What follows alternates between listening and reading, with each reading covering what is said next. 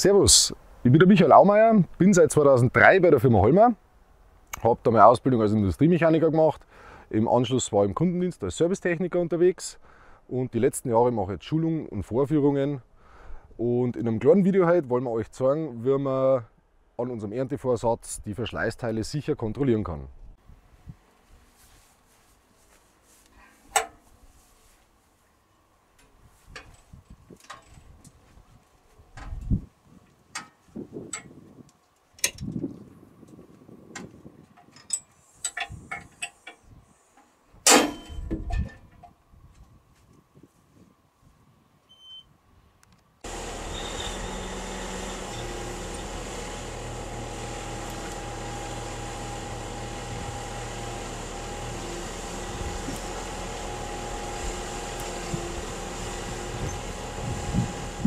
Bevor wir unter den Ruder reingehen und unsere Verschleißteile kontrollieren, sichern wir den natürlich mit unseren Sicherungsketten, haben wir links und rechts verbaut. Im Hauptrahmen herin ist ein Werkzeug, mit dem wir die Ketten sauber einhängen können.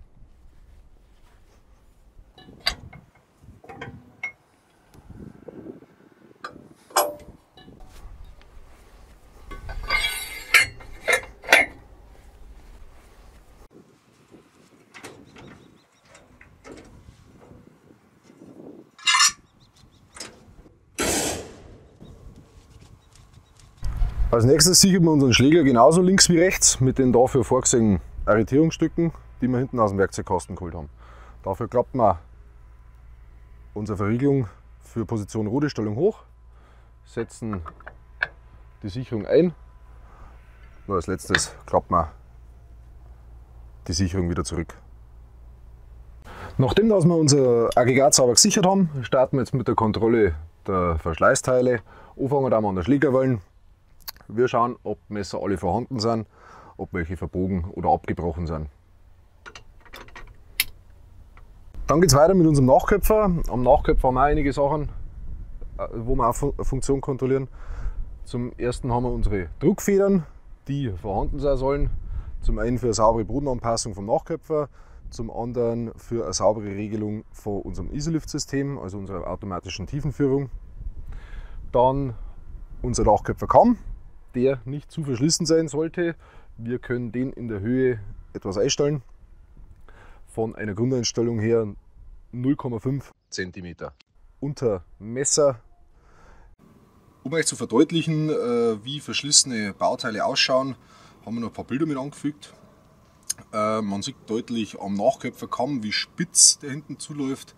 Der ist an der Grenze, also der gehört raus. Dann das Nachköpfermesser, da gibt es eigentlich nichts mehr zum Sagen, das ist durch. Da hilft auch nichts mehr mit Schleifen, das gehört getauscht.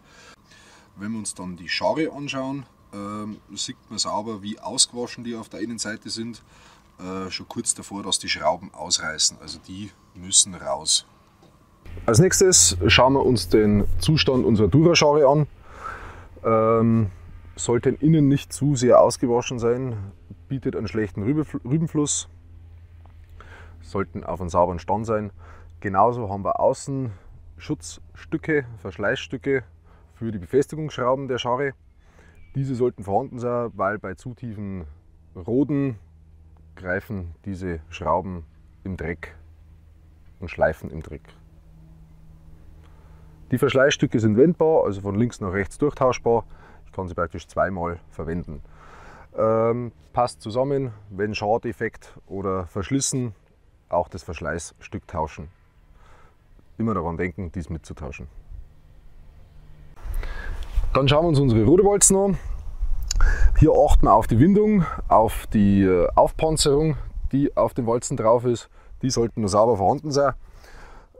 Bieten uns einen sauberen Rübenfluss und einen guten Rübenfluss, sprich auch für höhere Arbeitsleistung.